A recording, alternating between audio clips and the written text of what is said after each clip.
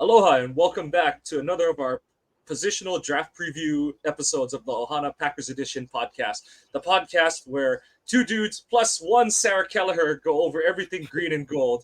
I'm Mike, that's Iowa Joe, and today we humbly welcome one of Packaday, one of the I gotta say it, Sarah. That was really impressive too when you retweeted that you are one of the 30 under 30 from UCF. Sarah, please welcome to the podcast. Welcome back to the podcast as we were kind of recapping off air. Sarah, please give yourself a couple minutes to just give yourself a spiel on everything you do that covers the Packers. Yeah, well, thanks for having me back. Excited to be back. I was mentioning before, I usually don't do draft stuff, and this is kind of my annual commitment to talking about the draft, my one time to shine. So happy to be here. Also, absolutely loved that intro. I don't know how anyone can be in a bad mood after hearing that. So feeling good, happy to be here. As far as what I do, I used to write game recaps for Cheesehead TV. That's kind of how I entered into the Packers blog sphere, if you want to call it that. And then started in the first year that Packaday podcast was a thing. Just started getting more involved with that. Once I joined Cheesehead, Andy Herman invited me on an episode. I had a lot of fun doing it and basically told him, hey, if you ever need any help, let me know. And then that's really the beginning of then how I ended up with Dusty and Steve. And now the three of us are on every Wednesday. We've been doing that for 5 years, which is insane. I don't write for Cheesehead anymore, just based on schedule and things happening with work and job. The podcast is a little easier to swing just once a week, for an hour or so. So that's what I do right now, and I love it. It's introduced me to a lot of great people that I would have never met, like the two of you, and just love connecting, whether it's on Twitter or through other shows like this. And yeah, that's pretty much my Packers spiel. Not too much going on right now, in the off season, but always a lot to talk about. Awesome stuff. And I guess just one question for you, Sarah. Um, have you recovered from 2018, which was your pin tweet for the longest time? I remember. Yeah, I think it still is my pin tweet because I'm not sure that I've experienced anything like that since then. And for those listening that don't know what we're talking about, I was at the Packers Bears game week 1, the my knee game, as people have trademarked it now. And it was absolutely incredible. And that was also the first game recap that I ever wrote for Cheesehead. So quite the quite the start there. And yeah, my pin tweet, if you check it out on my profile, is just kind of a immediate reaction to the end of that game and how it felt. So yeah, that'll probably be my pin tweet for life at this point. Well, and Awesome also stuff. you just came back from a worldwide trip, and you had some nice pictures put up the other day. So are you recovered from the jet lag yet, or you still got a few days left to get that straightened out? Yeah, so I feel like I've finally kind of returned back to my normal routine. It was absolutely fantastic trip. Totally once in a lifetime to go to South Africa and experience a wildlife photography safari like that. But yeah, it's a lot. I mean, it was basically 24, 25 hours of travel.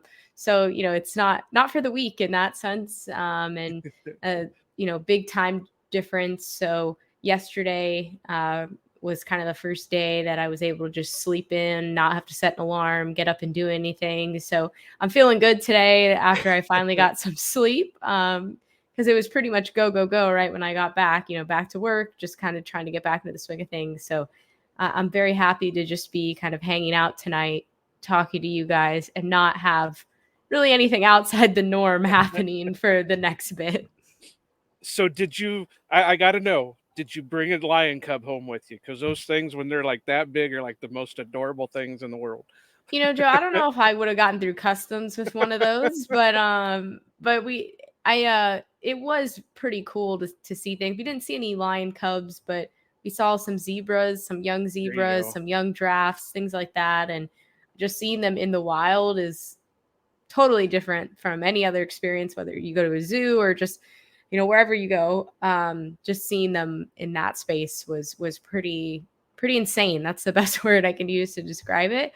um So no, unfortunately, I didn't bring any lion cubs back with me. Well, now we know what we got to do once this podcast really takes off. Kawano, is we're going to South Africa. All right, I guess I'll start pooling my frequent flyer miles. But no, thank you so much for being with us, Sarah. Like you said, we really do appreciate that your lone draft obligation of the year is with Ohana Packers. Like I said in the intro, today is running back day.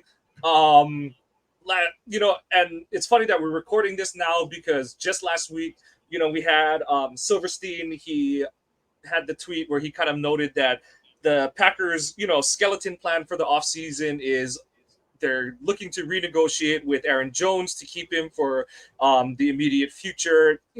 Hypothetical, that's probably going to be 2 to 3 years, the title window that they're looking at. Dylan is not likely to be back around, and they're looking to bolster the position in the draft. So that's sort of the quick and dirty on the Packers roster construction as it goes in.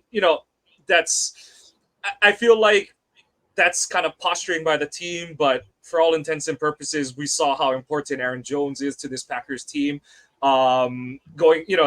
Just what the team was without him throughout the season when he was injured or limited, and what the team was once he came back healthy, and that the postseason that he was able to put together. So that's the snapshot on the roster as a whole. Just kind of figuring that means that they're going to come out of this draft with 2 to 3 running backs.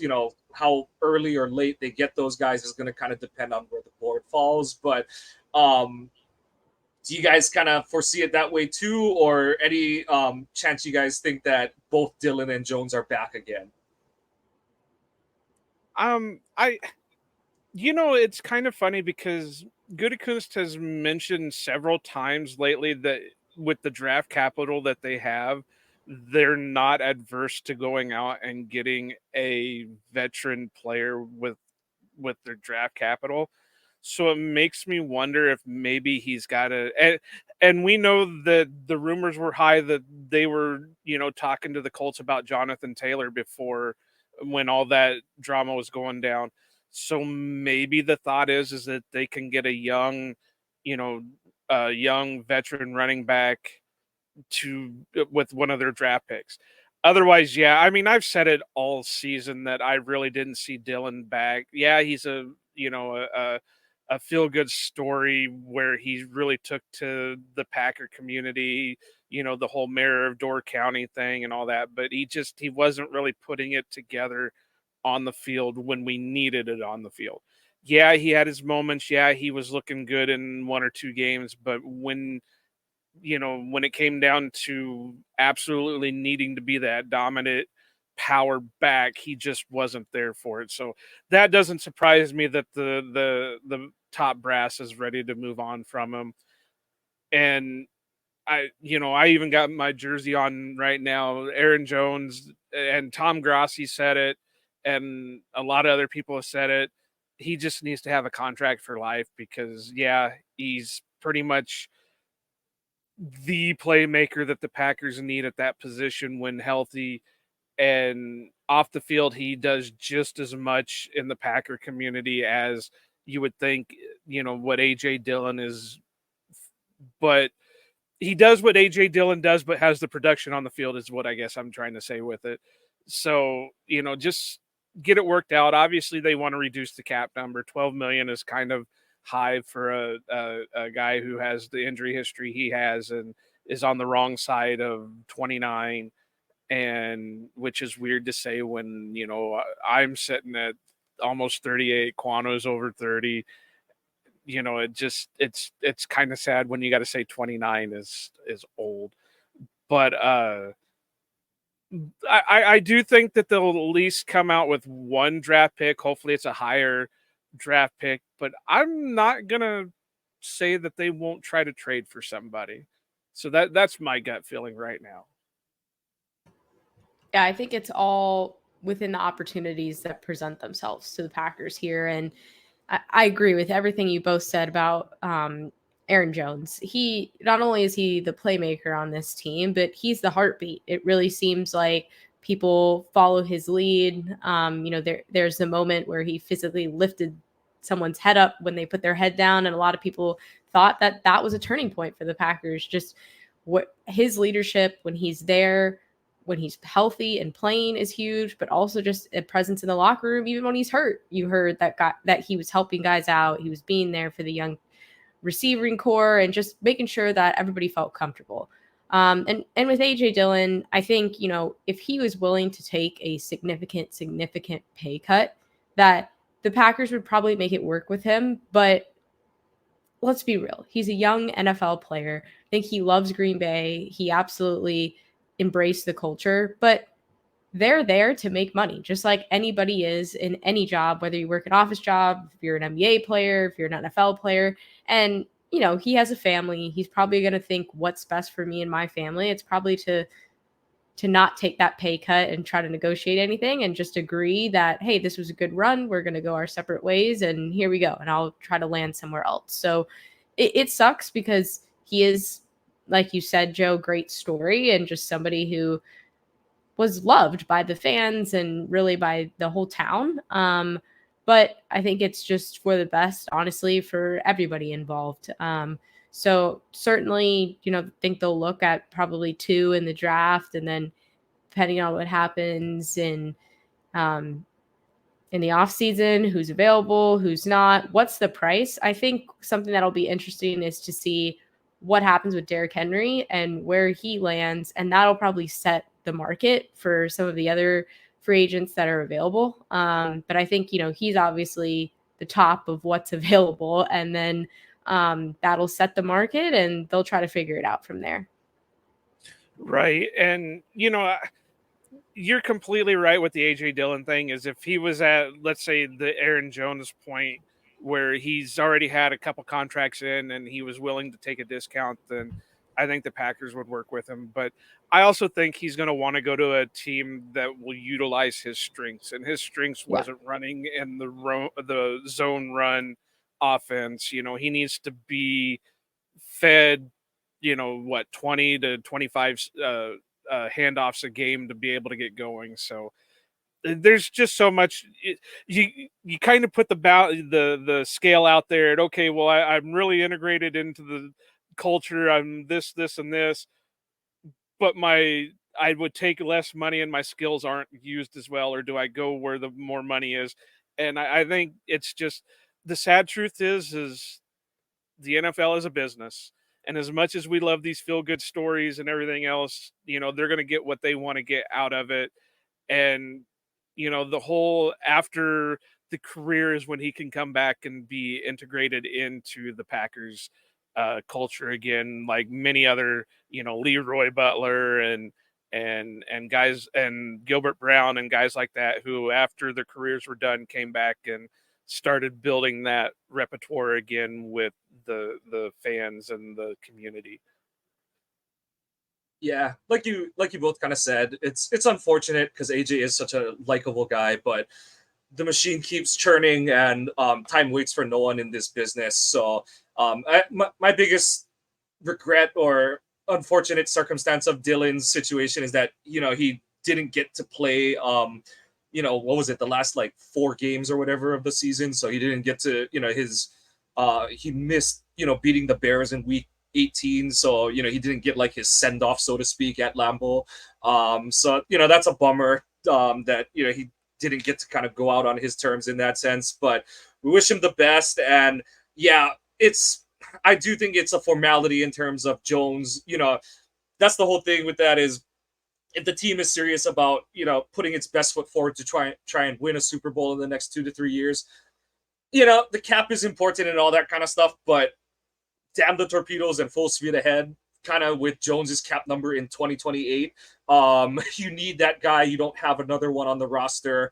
And we'll see what their plan is at the position coming into this draft, because the whole process that led to Dillon becoming a draft pick back in 2020 was this idea that they were going to have this thunder and lightning combination between Jones and Dillon.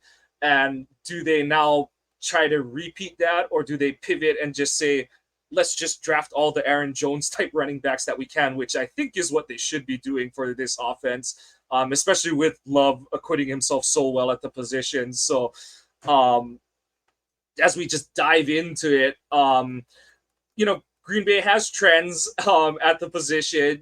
People will kind of question, how much do they hold to that and stuff. And, between Gutekunst and Thompson, the quick and dirty of it is they don't draft guys who are shorter than 5'9". They don't draft guys who are lighter than 205 pounds. And they do prefer, decent to better athletes than not. And in terms of the height, Goot has actually drafted guys who are taller than 5'10". And in weight, he's actually drafted heavier running backs than Thompson did. He's stuck to, I think, Dexter Williams was the lightest guy at 212 that he's drafted. So that's kind of the, people will say, do they bend? Do they do this? Do they do that? It's always on the table. I think Gutekunst has shown that he's willing to step outside the box a little bit more than Thompson was in the past. We've seen Gutekunst draft guys who are older, positions that are quote unquote not as valuable, when he took Quay Walker in the first round a couple years ago. So, Goot has slowly but surely kind of bucked some of these trends that, we've seen kind of drawn in the sand from the time that Thompson was GM back in 2005. But running back is a position that, they haven't spent a super premium pick. I think the earliest guys they've picked at the position are Eddie Lacy and Brandon Jackson in the second round. And other than that, they've kind of stuck to round 3 and later picks on the position. But Sarah, off the bat, who is your guy in this draft class that you've liked? Yeah, so I think this class overall it's kind of unique. It's way different from last year's draft class for running backs. It's this year is solid, but it doesn't have necessarily the star power last year when you had guys like Bijan Robinson and Jahmyr Gibbs that went top 12, and which only like 5 other running backs have been selected that high in the last decade. So, everyone, when we did this last year and everyone was kind of talking about draft last year, it was, yeah, those guys could go 1. And in this day and age of the NFL, it takes a really special talent to do that. I'm not sure that there's that level of hype this year. I think if it happens, it would be, late in the first round, but most likely it'll be in the second. But I think there's still a lot of solid options this year. And for the Packers, there'll probably be a few that are available in kind of their sweet spot, like you were just saying, Mike, of where they usually pick. Personally, for me, I really like Trey Benson from Florida State. I've watched, a lot of Florida State games, just being in Florida, having friends that are Florida State fans, and watch the games with them. But I think, based on the injury to Jonathan Brooks, obviously he's number 1 in everyone's eyes, but the ACL injury is the big, lingering factor. I think he would have definitely gone first if he didn't have that injury. But I think since he's injured, and that's such a big thing in the NFL, people are always afraid to take a risk, that I think Trey Benson could potentially be the first off the board. People call him Forrest Gump because of his running style. And I thought that was hilarious. And, he's great at forcing missed tackles, and he's really just was so slippery at FSU. He had an injury back in 2020, transferred from Oregon, and then really just kind of found his place in that offense at FSU. 25 touchdowns and over 2,200 all-purpose yards on just 349 touches. That's pretty damn impressive. So I think another thing that I really like about him, and I've talked about this on Pack a Day a lot too, whether it's on offenses or defense, but I just love that he's not afraid to make contact. I absolutely love that in a running back. And I think if, just thinking kind of dream pick for the Packers, do I think this is going to happen? No. But like for translating it to the Packers, like having someone who can complement Jones, who is not afraid to kind of bulldoze through some people, like everyone kind of hoped AJ Dillon would be. And then, Benson's also a great pass catcher and pass protector, which in this day in the NFL, is a must-have. You know, I think before it used to be, oh, it's nice if we have a running back and they have decent hands and we can utilize them. Now it's like, no, you need to be able to run and you have to be able to catch, just with what's happening. I think if there's, you know, a red flag or any concern, is just dependability with his health and just being consistent. You know, he had I think it was against Syracuse, he had a little case of the dropsies, which people got all upset about, but then turned it around. And then, you know, he did have that major knee injury in 2020. And yes, that's years ago, but those things linger and follow you forever in the NFL.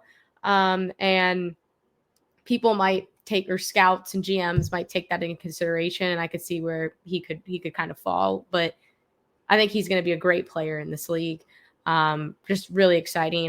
One of my best friends goes to FSU, and, you know, I texted him and said, what should I know about Trey Benson besides what I already know? And kind of spewed off a couple of things. And he just responded and said that he got snubbed by the college football playoff. So that's how FSU fans are still doing. Yeah, there's not much more I can add to that, because I watched some of Trey, and of course, Quano and I are part of friend of the show Brian Maffey's group chat on DMs and on Twitter. And one of the first things I asked is, okay, what are some names that I need to look for? You know, I see that, you know, the Texas kid Brooks was everybody's consensus number one with the talking head media. So I said, hey, you know, give me some names so I know what I need to be watching for. And Brian said, you know, had it not been for that injury history, Trey Benson would be the number one guy in this year's draft. So, you know, yeah, everything that I watched on him, I completely agree.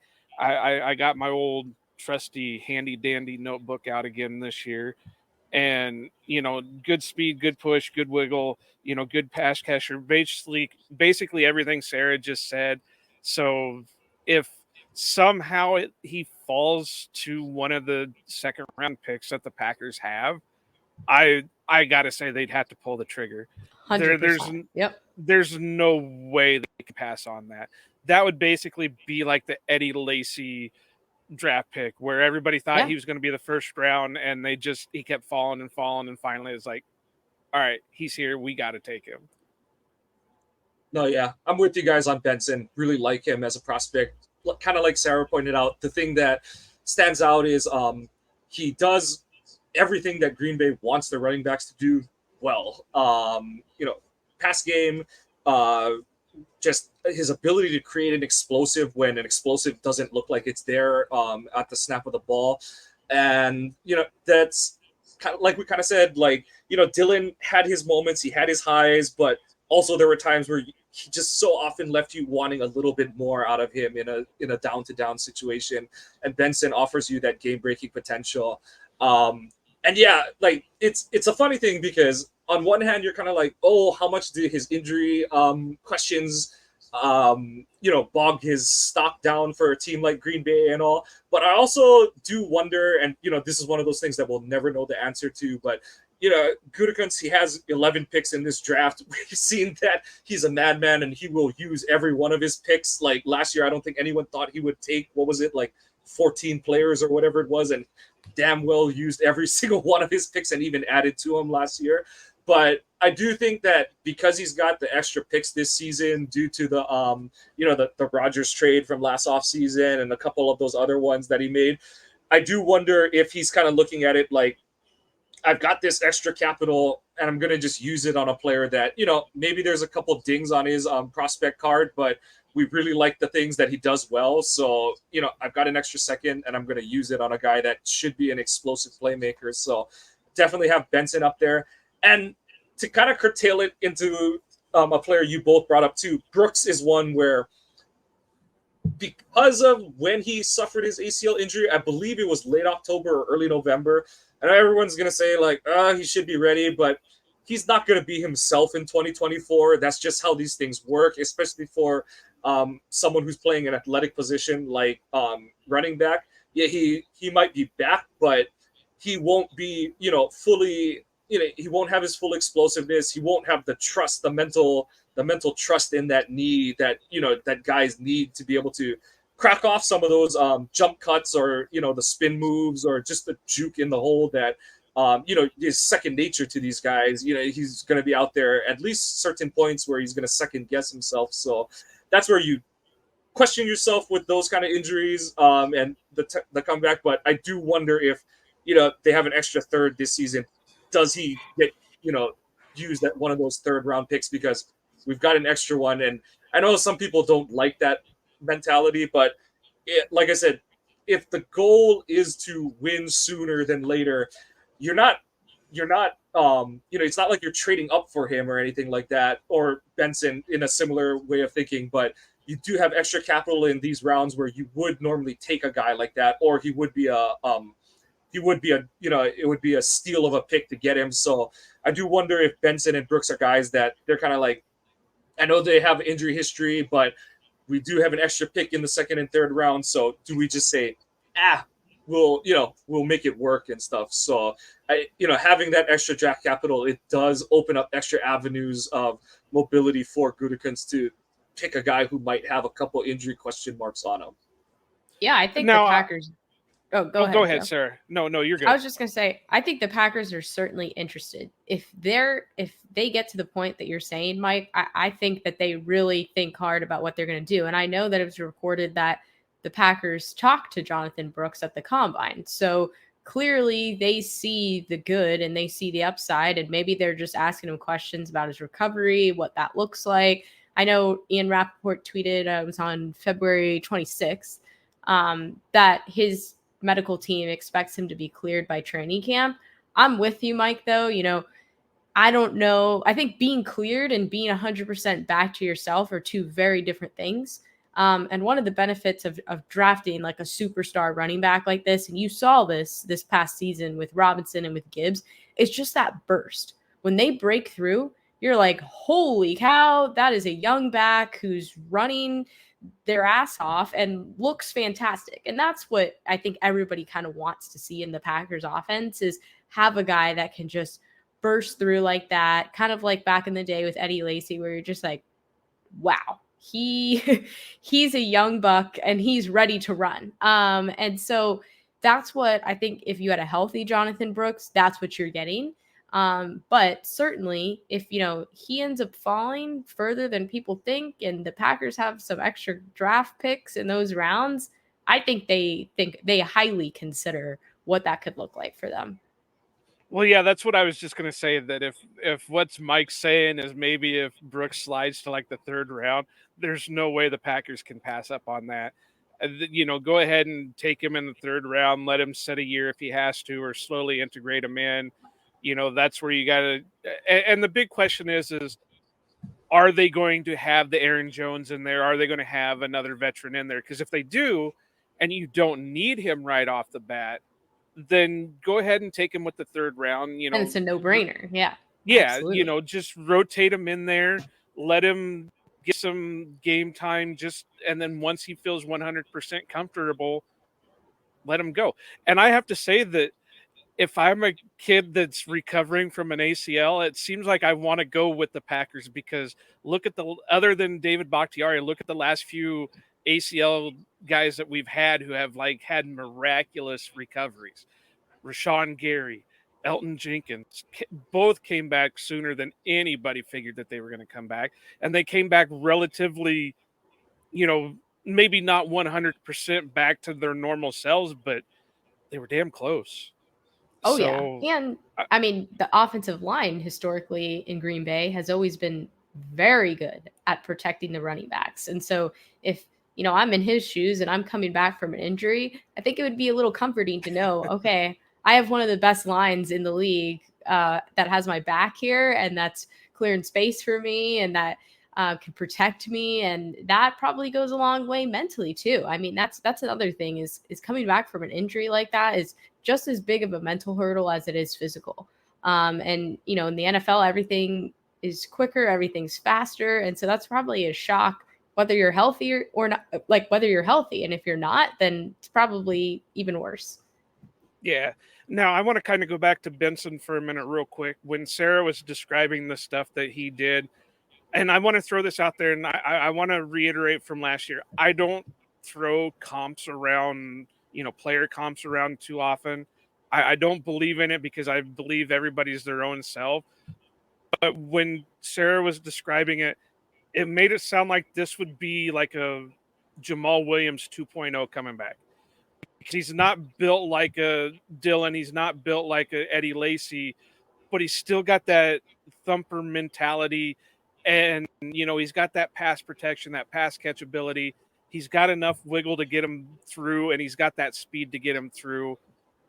If we can put, and that, let's be honest, that's what's been missing from the running back room forever since, Jamal left in free agency, was to have that 1-2 punch of Aaron Jones and that maybe not bruiser back like what you hoped Dylan was going to be, but that guy that's going to get you that extra little bit if you need him to, or be that lead guy if, Aaron gets let's say another hamstring injury or whatever, that you can rely on this guy to be that lead back. Yeah, I think the big angle there, and like I said, it's gonna be interesting to see. We'll be able to tell based on what kind of guys they, whether they target in a trade or if they're able to get, a second week or third week free agent signing at the position, and then what they do early in the draft. But like I said, it'll be interesting to see what their philosophy is, because I think one of the big problems with the Dylan Jones pairing is that Jones is really special in terms of he can do everything, but also the fact that he'll be effective if you give him 5 touches, 15, or 25. And really, he only tops out there because, at some point, fatigue does have to set in for anyone who's playing this sport. But otherwise, like, he's a home run hitter. He's a 3-point shooter who just knocking him down at a ridiculous clip, no matter how many touches you give him. Whereas Dylan, he's a throwback to the power backs of a yesteryear era where it's like, okay, to get the best out of him, he's got to touch the ball 25 plus times, and if he doesn't, he's not feeling how the blocking scheme is going. He's not getting a good feel of where the holes are and stuff like that. So that's where I kind of lean into the whole, like, just draft more Aaron Jones types, because you want as many guys who can just maximize their touches. And Benson is a guy like that. The Jamal Williams comp, in terms of how he and the hypothetical of how Benson and Jones would be able to play off each other, that would be the ideal, and why I have him high up on my board, because Benson did play in a pretty a decently heavy rotation at Florida State. And so he's used to having his snaps split, and you still saw him just, that's where the Forrest Gump comp is pretty funny and pretty spot on for him, because he's like, all right, I'm just going to make the most out of this one.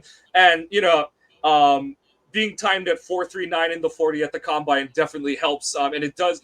I didn't think he was that fast necessarily, but it does kind of speak to the kind of athlete that he is, that you do see on film where, he's a guy who can, if he hits the play front side and he just breaks through, yeah, he can take it the distance. Or if he goes pirouettes around 2 people, breaks it back a couple times, and it's like, oh, I guess he's still going to outrun everyone after he's changed directions like 5 times on the same play. So, and, that's something that we've seen Jones do. As a rookie, we saw him break that touchdown against the Bucs. We saw him almost save the Packers this year against the 49ers with that 50-yard run or whatever it was. And just getting another guy or a couple guys who can do that this draft would be, absolutely ideal for the Packers. Sarah, is there anyone else that you had on your wish list of going into the draft, or anyone who kind of caught your eye? Yeah, I mean, I don't know if they're necessarily on my top 2 kind of. I mean, Brooks and Benson were definitely the 2 that stood out to me the most, but there are a couple other guys that I thought were at least worth having a conversation about. One, it's the elephant in the room. Everybody's talking about Blake Corum and what's going to happen there, especially after the year that he had at Michigan. I think, he doesn't have some of the explosive big back qualities that we were just talking about with Benson and Brooks, but his vision is where he really excels, the football IQ. I think for me, the biggest question mark with him and my hesitation about it is how much did he benefit from the system at Michigan? And I lean toward the camp of it benefited him, definitely, but it didn't necessarily build him. I still think that he's a good player, that wherever he lands, he'll probably, as long as he's utilized properly, be a decent back. The big thing, which I know it's never going to happen for the Packers, is the size. And you talked about this, Mike. Packers GMs, for some reason, if you don't pass that test, if you don't check those boxes, if you don't have the RAS score or whatever it is that they look at, they tend to look the other way. But I think, despite his size, he's able to do a lot. I don't think he's necessarily the perfect fit for the Packers, and people may be upset with me that I said that because some people have a big draft crush on him. But the reason, Mike. but don't worry. I'm gonna let Sarah have hers, and I will do my quorum talk later. But no, please continue, Sarah. The reason my biggest hesitation with him is, for me personally, it's not the size. I know that's probably a thing for the Packers, but I think the bigger concern is his hands. He's never really been called to participate in the pass game. And like I said before, in today's NFL, you have to have experience doing that. And with the Packers and the way that their offense is built, you see the way that they utilize Jones in the passing game. They've tried it with Dillon. So I just think they want to find a guy who's able to do both. And at this point, he hasn't had enough experience for them to be super excited about it. So that's kind of just my overall thoughts. I think he's a great player. I just don't know if he's the perfect fit for the Packers. I think, agree with you, Mike, what you said about they need a guy who every single touch is going to make the most of it. And then one other from Notre Dame, Audric Estime. I just think, again, he's a guy that could go third or fourth or early fourth, that when I see him and I watch him play, I'm like, yeah, he passes the eye test. He's just definitely freak athlete, but also a little bit deceiving of how fast he is for his frame and how big he is. Didn't see the field the first couple of years a lot, but then once he did, was certainly a difference maker. And like I said, this is a guy I think probably goes a little bit later in the draft, but wherever he lands will probably be a pretty productive back. It will probably land somewhere where they already have an RB1, and he'd be, supporting back and complementing them in that way. And he was another guy that it was reported that the Packers talked to him. So clearly they kind of probably see the same thing, that, hey, he could be a complementary player to Aaron Jones if AJ Dillon is on the way out.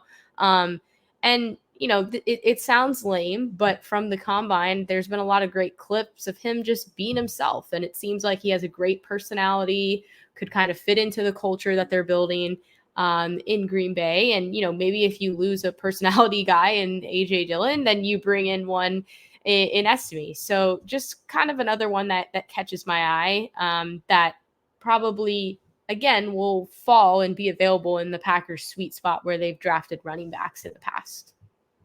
And he's, if you're wanting a true AJ Dillon replacement, he would probably be the guy to do it, because he's built about the same way. They have similar play styles, but I think Estime is going to be able to do what Dillon couldn't in actually being that power back that the Packers need. Watched him. I really liked what I saw out of him, and that's exactly what I saw when I was watching him, was just that, you want a true replacement for AJ Dillon. This is your true replacement for AJ Dillon, but hopefully a better version of AJ Dillon. Because let's face it, I've ragged on AJ Dillon forever now. I mean, the last few years, he was an athletic type. He was supposed to be better than what he was, but for some reason, whether it was he was in the wrong scheme, he was in the wrong, whatever it was, he just never lived up to the hype. So if we can get a guy that's built the same, that tests the same, but actually can put it all together for the Packers, I'd be all for it. And it would be the perfect complement to Aaron Jones, because even though Jones doesn't have like the top notch speed, he is more of your scat back type of runner that when you get him, in a perfect world, all we're going to need, all we're wanting is for Esme to come in and do, 3rd and 1, 3rd and 2, and get those 2 yards so we can get that first down. And then again, he could be the type of guy that if Aaron goes down, hamstring, foot injury, whatever, is taking him out that we've seen in the past, then he can be that lead back, and then we can not lose a step in that process. So yeah, I think it's a great one. He's a great one to look at. I've got no issues with him. I can't find my note on him, but I didn't, if I remember right, I didn't see much out of the pass game for him, so I couldn't really speak on what his abilities were there. But running wise, he'd be a good prospect for the Packers. Joe, who are your guys? Well, I've got my draft crush this year for the running backs, and Brian Maffey and I have went back and forth on him because we both love him, but there are some issues. He is kind of an older prospect, but Ray Davis out of Kentucky, he's Dusty Evely's own Ray Davis. yeah, and I really like what I saw out of him. He's not big. He kind of fits the Packers' size requirements, but when you look at him, I wrote it down here that he's smaller, but he looks bulkier. So it looks like he's kind of a bigger Aaron Jones in a sense, to where he can handle the load a little bit better. I thought he had good balance, and I guess Aaron Jones would be a good comp because he runs through tackles. He's got good vision, nice pass catcher. He's listed five. He was listed 5'8", 220. Now I don't know what they said about him in the combine. I didn't get a chance to look at what he actually measured out at, but we all know that when you go off of school measurements, they're not always the most reliable. But they're a little inflated. Yeah. Yeah, just a little bit. NFL's listing, they do have him at 5'8" even. So that's decent for him. Did they have anything listed on his weight? Because that was the one thing that I was kind of curious about. They got him at 211. Okay, so he came in a little bit lighter than what the school had him listed at. So, but that's still a good solid running back for the Packers. But I also said that his speed looked solid. I didn't think it was like immaculate speed where he was going to be running 25 mile per hour on the field, but it was well, what's the word for it? It was it's workable speed where it's going to be like an Aaron Jones where he'll break it, but he's not going to make it all the way. Somebody's going to catch him, but he's going to get a good chunk of yards through it. And what I saw out of the pass catching with him is, I thought he was pretty good with it. He was a playmaker there, and he looked pretty decent as a pass blocker. But hopefully, that's not what you're more using him as. You're going to use him as more of a pure runner or the guy that you swing out on a screen or something. But that's my guy. That's my draft crush so far for the running backs. Anyone else? I've got a whole book full of them, Mike. Do we really want to go through this? All right. So no, I've got a couple that I can mention. Montrell Johnson from Florida, I thought was a pretty solid runner. I didn't get to see too much of him, but what I did, it really looked, good speed, good listed size. He did have some concentration drops. It was more, he was looking upfield more than anything, and he just didn't look the ball in. He was a tough runner. And then another one that I want to mention here as a good solid replacement for Dylan that also kind of dips back into the small school running back or small school prospect. He came from the same school as Craft, Isaiah Davis out of SDSU. Now this is where Maffey and I kind of disagreed. I said that he was probably going to, in the NFL, he's probably going to be more of a fullback than a running back, but how Maffey is when you argue with him. I said he had good balance. He had okay speed, but he was not a burner by any means. He was slippery. I thought he ran a little too upright, and maybe that's why it hurt his speed a little bit more. Good vision. And I said maybe a late round Dillon replacement, decent pass catcher, and he had a smooth one cut. I mean, without I didn't write down what they had him listed as, but he's a big guy. I think I used the old term that he was built like a brick shit house, and that's just pretty much what what he looked like, because he was a big guy, and with what he was able to do, and the reason why I said he probably could play a little bit more as a fullback was because they actually used him as a lead blocker a few different times, and he was good at it. I mean, and this is where Mafi came back. Oh, well, he was doing it against 210 pound, 220 pound. Yeah, okay, I get that, but he's still got the skill to be able to do it at the next level, because that's one of those things that if you can learn to do it right, you can learn to do it against anybody. You may not be good at it when you can do it against somebody bigger than what you're doing now, but you have the ability to do it. So, yeah. Putting it in context, pony package, you can be the lead blocker on the pony package. So everything. And I can't pronounce the guy's last name for nothing, but the fullback from San Francisco, Juszczyk. Juszczyk. There you go. I never said I was good at names. I think Davis could fit that role as that type of fullback, where it's not your traditional fullback like a John Kuhn or a William Henderson or something like that, but the playmaker type fullback out of the backfield. Those were my couple. I'll let you go ahead and give you some, and then I got a couple more I can mention here. So you guys, we already did deep dive into Trey Benson. Marshawn Lloyd from USC is another guy that I like, just because kind of Swiss Army knife. Had a little bit of like some kind of fumbling issues that popped up every now and then, but overall, I thought he was a pretty good playmaker.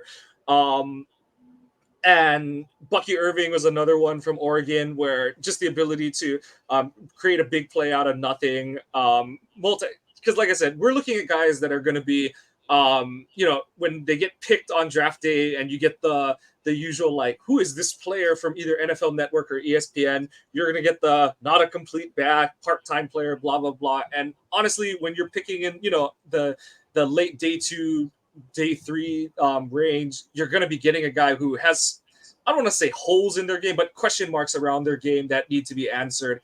And I'm going to dovetail that into my Wolverine Blake Corum take. And honestly, Sarah, you hit a lot of the big benchmark points. The first thing off the bat is, a lot of people are comparing him to Aaron Jones. They're two totally different backs. The only reason that there's a comparison is because they're both on the shorter side.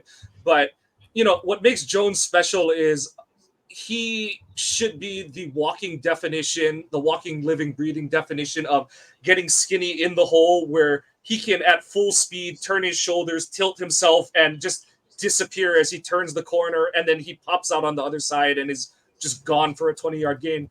That's not what Corum does. Corum actually, he runs more like LaDainian Tomlinson did, where he's gonna hit the hole. He almost always reads the right hole. Like you said, Sarah, you can kind of quibble with how much of that is him, how much of that is Michigan's, just dominant offensive line. But he was doing that back in 2020 when he was a true freshman, when our O-line was still kind of shits. So he's definitely shown the ability to do that when he's, the line isn't as dominant. But what he does is he's not necessarily getting skinny in the hole. He's going to give you that double jump cut that LT used to be able to do, and he'll just ghost guys in space. And it's a totally different running style than what Jones brings to the table. And but the biggest holes are ones that you pointed out. He's shorter than Jones. He's over a full inch shorter than Jones is. He is on the older side. He's going to turn 23 this season. Actually, relative to what Jones's birthday is December. Jones turned 23 his rookie year. Corum is going to turn 23, but I think his birthday is in November, so kind of the same age.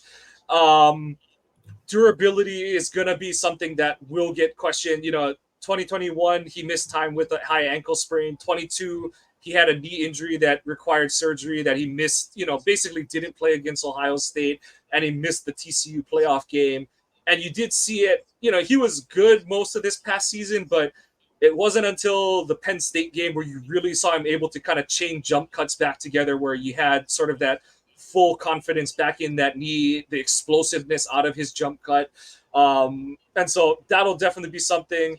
And then the big one that you brought up, Sarah, is his ability as a pass catcher. And it's really been the biggest hole in his game, is that that's why Donovan Edwards has the role that he has in Michigan's offense, is because he is the guy that could legitimately line up as a slot in the NFL. Whereas Corum, Michigan fans won't like me saying this, but the touchdown he scored against Alabama is one of the few downfield routes he ran as a Michigan Wolverine. Most of his receptions are as just a traditional check down, where he's just, he's pass proing, which he does well. Even though he's a shorter running back, he'll stick his face in a blitzing linebacker.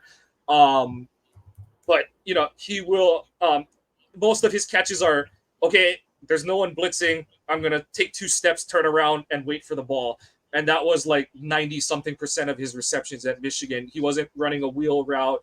Not many swings. He had a couple here and there. No real text routes. I know this is like from 3 years ago, but he had a bad drop against Michigan State where he had no one in front of him. And so it's one of those where it's one of those where if he was a better pass catcher, maybe the Packers overlooked the height, injury history, the age kind of thing. Whereas like I said, he's around, as a draft prospect, he's around the same age that Jones was, but Jones was a markedly better pass catcher coming out of UTEP. And so it's that whole, okay, and even then Jones was a 5th round pick. So it's like, you've got these 4 things on Corum where it's like, these are knocks against his game.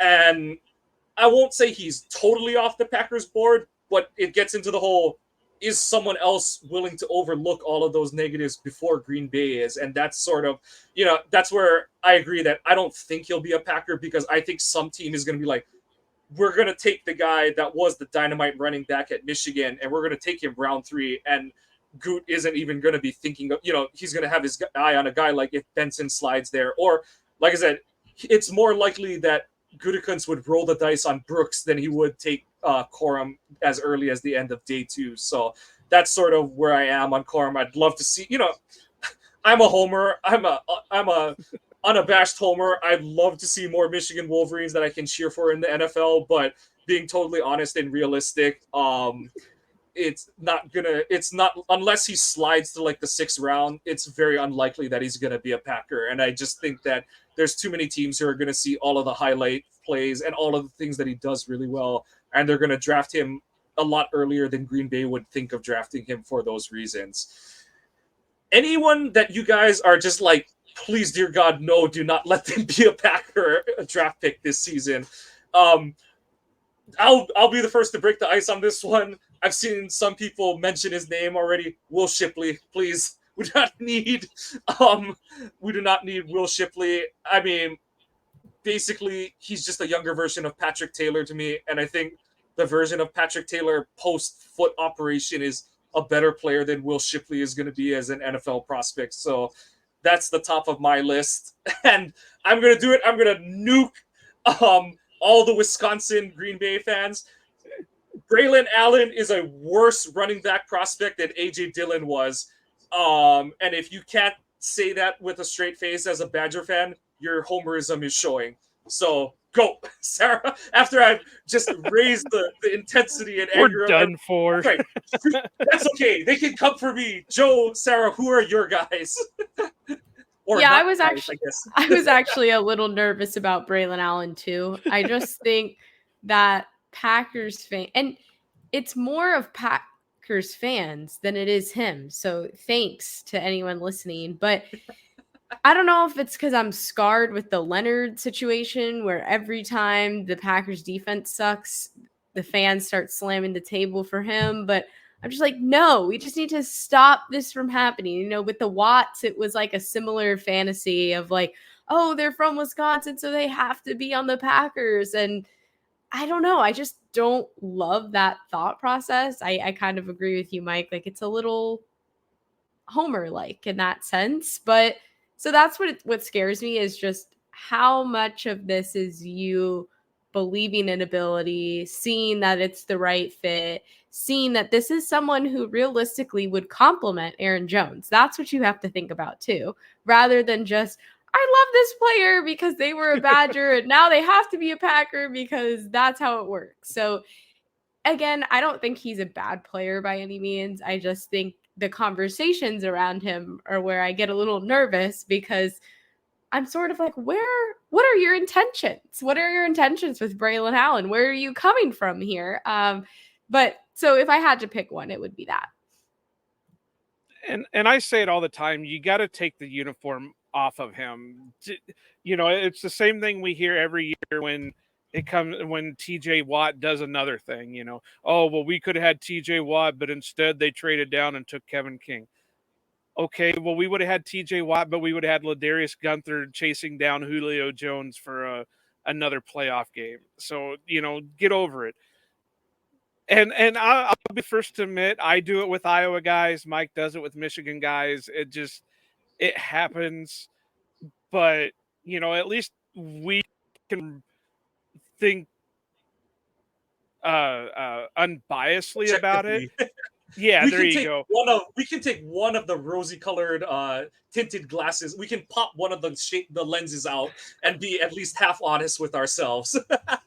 Because let's face it, I mean, the big name this year and this goes away from the running backs, but the big name for an Iowa guy is Cooper DeJean, and of course, you know, 90% of Packer fans are calling for him. I get it. I would love to see him on the Packers, just like I would love seeing Lucas Van Ness on the Packers get drafted last year.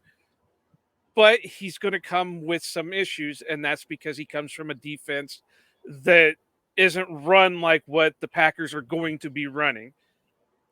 It's the same thing with Braylon Allen. Yeah, he did great for you guys for, you know, what, half a season, or he did one good season where he was talked about as a Heisman candidate, and then he had another half a season. I get it. You know, he did great for your program, but is he going to be able to produce that in the NFL? And so far, things are showing no. If the Packers draft him, hey, whatever, we'll go with that. But anyway, my one is, and actually I've got two, and this goes to show that my homerism doesn't shine through. Tyrone Tracy out of Purdue.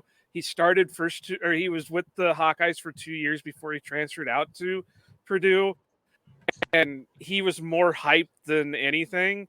I don't know how many times that, oh well, he's in the lineup and he's going to have a big game, and he dropped, you know, 10 catches, and, you know, on an end around he got maybe 2 yards, or, you know, it just, there was more hype than there was production with him. I don't know what he did with Purdue, so I can't say maybe he turned it around, but now a lot of people are talking about him because he was testing well at the combine. Okay, well, we all know the combine, you can't go off of everything. You got to go with production and just kind of use the combine as like a peripheral view to it, which leads into my number 2 guy. And this one probably is my number 1 guy because and this is going to hurt even more because we were just talking about Braylon Allen being a Badger, and, you know, Packers fans and their Badgers. Well, this guy transferred from Wisconsin to Louisville, and now he's become the combine darling, and that's Isaac Orindo. And for what he is, he's not a bad running back, but for being a quote unquote power back, there's no power to him. When he's just like any other regular running back that if they find the crease, lights out. He's good. But when you're asking him to get the short yardage, to push the pile, to do everything else, he's worse than what AJ Dillon was doing. There's no real fight to him for being, like I said, the quote unquote power back. And I don't know how many times I kept hearing him called a power back when I was watching Louisville tape on him. So those two, even though the RAS score is going to be high, and I know how, even though Goody says that we don't follow the RAS, but they tend to draft high RAS guys, I really hope that they stay away from those two, because unless they have like the running back whisperer and can get into their ear and really teach them how to do things, I just don't see them being overly productive. Now, I have hopes for Garindo, because at least I know he has the ability to do things like a every down back, like a Aaron Jones or everything, where he can, once he gets the seam, or if he can find hit the right hole at the right time, he's gone. But don't expect him to push the line for anything. I think that's one of the keys with running backs is it's like, so the way I've always put it is not that anyone is a sure thing or there's a direct correlation or translation, but I try not to read too much into quote unquote college power backs, because how much of that is you just being the most physically dominant player because you are just that much better than your competition, or is it because you actually are good at, like you said, Joe, actually pushing the pile, creating leverage, all of that, creating space where there is none and stuff like that, or is it just because you were just bigger, faster, stronger than everyone around you? And I think that's what it was with Garindo, is that he was like 6'1", 220 or something like that, and he looks like he should be a power back. So okay, well, he looks like, we might as well just call him that. And what I was watching, no, it just frustrated me, because I'd hear, oh, now they're going to be bringing the power back on 3rd and 1, and okay, now we're at 4th and 2. Oh, that's just music to Packers fans' ears. But like we said, and one player I forgot to touch on a little bit is Emmanuel Wilson, who, okay, it's hard to read the situation because it's one of those where it's like, if Dylan's healthy, how many of the playoff snaps does Wilson actually see? But the part where I'm kind of like, maybe they did trust him, maybe they did like what they got from him, is like, they didn't bring back Patrick Taylor again. That's much to Joe's elation. They cut Kenyon Drake, and they kept Wilson as running back 2 for the 2 playoff games. So, you don't want to read too far into that, but the way I look at it is, on some level, Wilson became a player that they trusted to do the things they want their running backs to do. And how that feeds into what Green Bay does in the offseason is, okay, so he's a ERFA, exclusive rights free agent, which basically means that if Green Bay wants him around, he'll be back, and he's cheap. So how that plays into this is, if you have Jones and Wilson, whether he takes a tiny step forward or a big step forward, that's great. You have another guy who's done stuff at the NFL level and in playoff games. But then you can say, okay, we have running back 1 and running back 2. Are those positions set in concrete? No, but at least you have answers to the tests to open the season. And then, like we said, does that afford Gutekunst the ability to sleep better at night, that I took a guy who might be on PUP to start the season if he takes Jonathan Brooks in the 3rd round? Or, okay, Benson has some injury questions, but I've got 2 running backs in the room who will kind of show him the ropes and stuff like that. So do want to give Wilson his due. Like I said, it's hard to read into it because he kind of only was, how much of it is he had earned, LaFleur them's trust, which I kind of do think he did, because a lot of the talk to start the season was, he's not ready yet. We don't, there's things he needs to do better and all that kind of stuff. And he did, like I said, as much as I know it raised Joe's blood pressure, they didn't bring back Patrick Taylor for a 3rd go around this season, and they cut Kenyon Drake, and if they really didn't trust Wilson, they probably keep one of those 2 guys, and they're like, all right, AJ, we know you're not 100%, but we need you to go, buddy. Like, they're probably pushing him harder to go and stuff. So I do think that there's the basis of a player that they're like, we don't want him to be running back one necessarily, but if he's got to get 10 to 15 snaps a game, we're okay with that. And that is something very tangible and important for an NFL roster to have. That, like I said, you don't need a rookie to be a starter from day one, or even that level of this guy's going to get 10 to 15 snaps in a game kind of contributor. And it just buys time for a rookie to, like you said, Joe, get his feet wet, get in the system, get the stuff between the ears. A lot of the stuff that we talked about with this receiving room where they weren't afforded that because you had Watson and Dobbs get injured, at the end of preseason. And it was just like, all right, we're going to run the shit you guys do know how to do, and we're going to just close our eyes and pray on the ones that we're not super certain that you guys know what to do. So, it's all that stuff where it's like, trust Jones to run the right way on a play. We think Wilson is going to run the right way on a run play. We're not like, oh God, we've got this rookie out here, and I just hope he knows that the run is to the left and not to the right kind of thing. So, and as someone who's played Pop Warner quarterback, there's nothing more disconcerting when you turn around on a run play and you're like, uh-oh. But Sarah, any other thoughts that you have for the running back class? No, I think we covered all of it. Like I said, no clear, especially with some injuries, superstar have to get early. But I think it's going to be a really interesting draft this year because some guys may fall and some teams will be faced with, do we make the decision now or do we let them pass? So it'll be really interesting. I'm excited and I'm hopeful for what the Packers end up doing.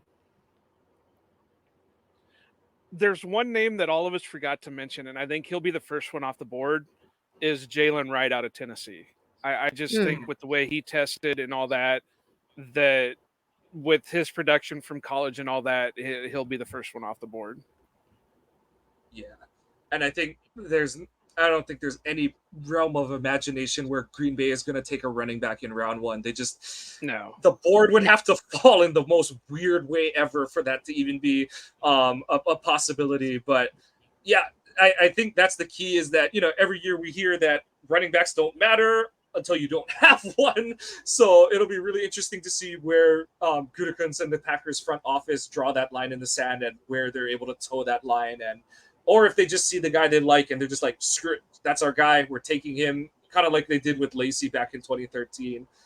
But that's going to be a wrap for us on our 2024 running back preview. Sarah, thank you so much for taking the time out of catching up on jet lag and joining us here for your, like you said, your lone draft obligation. Thank you so much. Please take the time again to plug your work here, and you have the floor right now. Yeah, well, thanks for having me. It was a lot of fun. I mean, it's hard to believe an hour went by just like that. I looked up in the corner and saw an hour and 8 minutes and was honestly shocked. That flew by, but, great conversation. But like I mentioned, I'm on the Pack a Day podcast every Wednesday. So you can follow me at Sarah Kelleher 4, and then at Pack a Day podcast is where those episodes are available. So thank you both for having me. This was great. And I guess we'll be prepared to do it again next year for my annual draft episode. Attitude we want. Yes, excellent. No, thank you so much for coming on, Sarah. Really appreciate it. Like I said, that's Joe. I'm Mike. Oh boy, it's been 5 weeks since I've done this. Let's see if I still remember how to do the outro. Giveaway. So we did cross the first giveaway. We gave away the John Kuhn 5x8, Joe. 5x8, right? Or 8x10? 8x10. And okay. The guy or the person that drew still has not got a hold of me. So we're gonna give him a bit. And if he still doesn't, maybe we'll throw it back out there and redraw some names and see what happens with it. So we're in the 250 range right now. So the next drawing is going to be at 523. That'll be for the Jair Alexander. Keep an eye out. We might change it a little bit because I've been cleaning out some stuff and I've found some things that we could probably do a giveaway on. Audibles all the time. That's how we do it here on OPE. But yep, thank you very much for listening to this episode. Please follow the podcast. Make sure. Going back to the giveaway, you've got to be following the podcast on Twitter at Ohana _Packers, not Joel or me individually, you will not be entered in the drawing. Please check out our website, ohanapackers.org. You have all the streams are posted there. All of the wonderful posts from all of our authors are on there. We're going to be putting up more content with the draft coming on strong. Please follow the podcast on whatever app you use. Please give us a like and a subscribe if you're enjoying what you're hearing.